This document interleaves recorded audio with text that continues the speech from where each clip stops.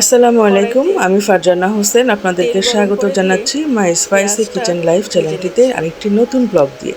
ভালোভাবে পেঁয়াজ ভাজা দুই হয়ে গেলে তিন দিন আমি এখানে ধরে মাছ রান্না শরীরটা করব। খুব একটা ভালো না, দিয়ে দিলাম একটু ঝামেলায়ও আছি, সেই জন্য আপনাদের সামান্য একটু কাছে নতুন ভিডিও উপস্থাপন আদা করতে বাটা। একটু দেরি হয়ে গেল। কেউ এখানে কিছু আমি মনে করবেন আদা না আর প্লিজ, রসুন একসাথেই আমাকে ভুলে পেস্ট যাবেন করে না। নিয়েছিলাম।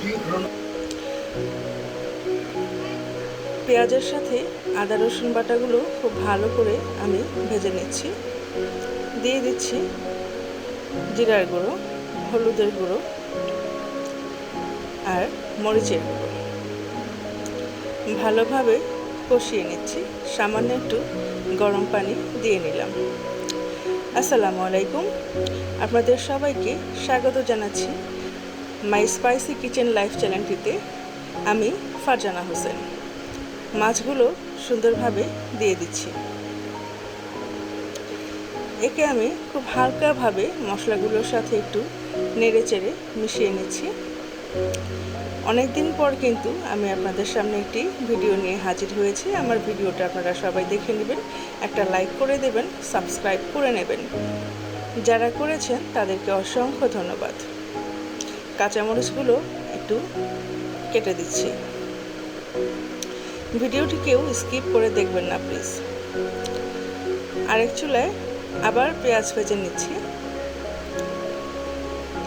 আর ওপাশের চুলোতে মাছটা হতে থাক।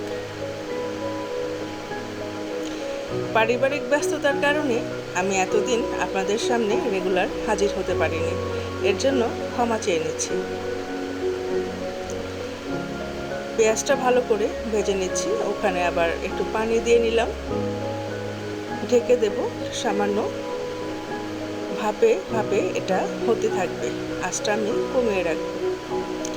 এই চুলায় আমি পেঁয়াজের মধ্যে লবণ দিয়ে নিচ্ছি। করলাগুলো আমি খুব ভালোভাবে ভাজি করে নেব।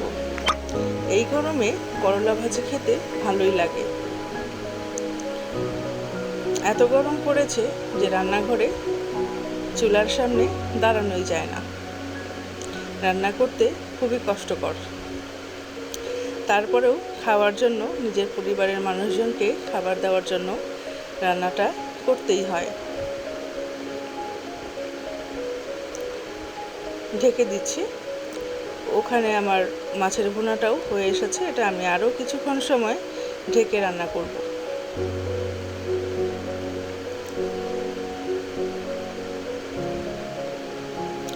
এটা হয়ে যাওয়ার পরে আমি একটু ধনেপাতা দিয়ে নিয়েছি।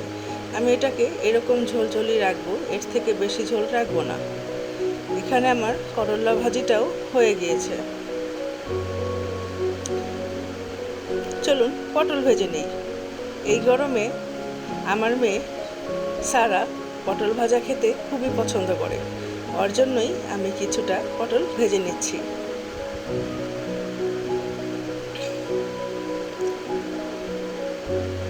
আরেকটা হাঁড়িতে আমি আবার পেঁয়াজ তেলে ভেজে নিচ্ছি, সামান্য একটু লবণ দিয়ে নিয়েছি। এখানে আমি আরেকটা তরকারি রান্না করব। ও পাশের চুলায় পটলের ভাজাটা হতে থাক। এখানে আমি চিংড়ি মাছটা দিয়ে নিলাম।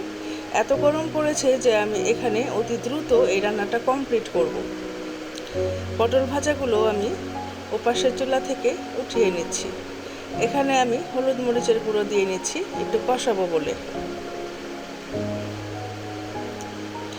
কষানো প্রায় হয়ে গিয়েছে। দিয়ে দিচ্ছি পুঁই শাকগুলো।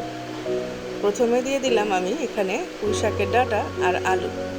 ভালোভাবে সেদ্ধ হবে, এর মধ্যে আমি কয়েকটা পটলও দিয়ে নিয়েছি। দিয়ে দিচ্ছি পুঁইয়ের পাতাগুলো। ঢেকে দিচ্ছি। পুঁইয়ের তরকারিটাও আমার প্রায় হয়ে এসেছে।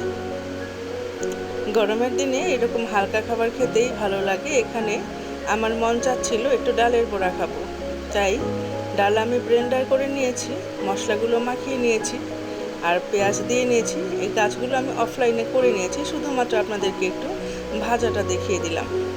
প্রসেসটা আমি অন্য একদিন দেখাবো। অবশ্য আপনারা সবাই এর প্রসেসটা জানেন, নতুন করে দেখানোরও কিছু নেই।